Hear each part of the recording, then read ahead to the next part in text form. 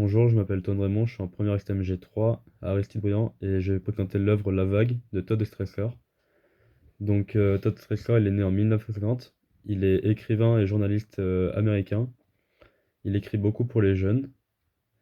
La Vague est un roman publié en 1981 et il a été adapté en film en 2008. Les thèmes principaux de ce roman sont l'explication de la création et de la montée du fascisme et l'apprentissage des erreurs. Donc l'histoire se passe dans un temps moderne contemporain. C'est l'histoire d'un enseignant qui va montrer un film sur la Deuxième Guerre mondiale et le rôle des nazis dans cette guerre. Et tous les élèves seront choqués, ils vont leur poser des questions auxquelles il va répondre, mais il y en a une auquel il n'arrive pas à répondre, c'est pourquoi personne n'a essayé de les arrêter. Cette question le tracasse, il décide de monter un mouvement qui s'appelle La Vague, donc le nom du livre. Dans La Vague, les élèves apprendront la discipline, la communauté et l'action. Donc la plupart des élèves seront directement dans son jeu, ils seront manipulés et piégés dans la vague. Ensuite, les élèves obéiront du tac au tac au prof à chaque question qu'il fera. Il y a un vrai mouvement de fascisme qui a été créé.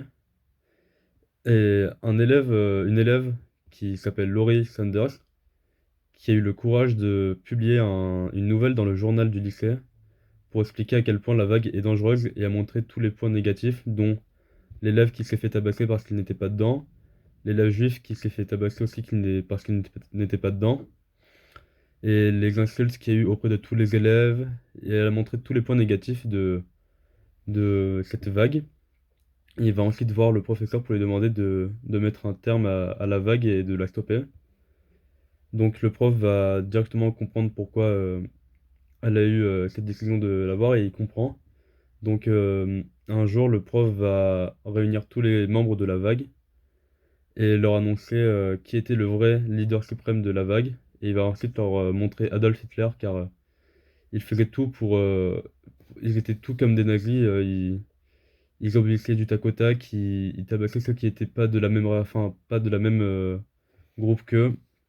Donc on peut voir qu'ils étaient comme des vrais nazis et que en fait leur chef depuis le début était Adolf Hitler.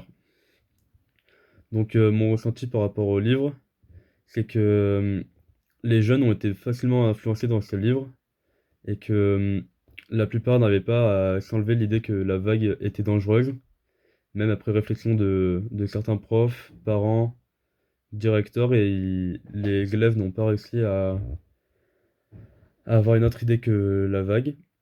Mais il y a aussi des points positifs parce que comme l'équipe de football du lycée a été plus soudée grâce à la vague, même si elles perdent contre l'équipe d'en face.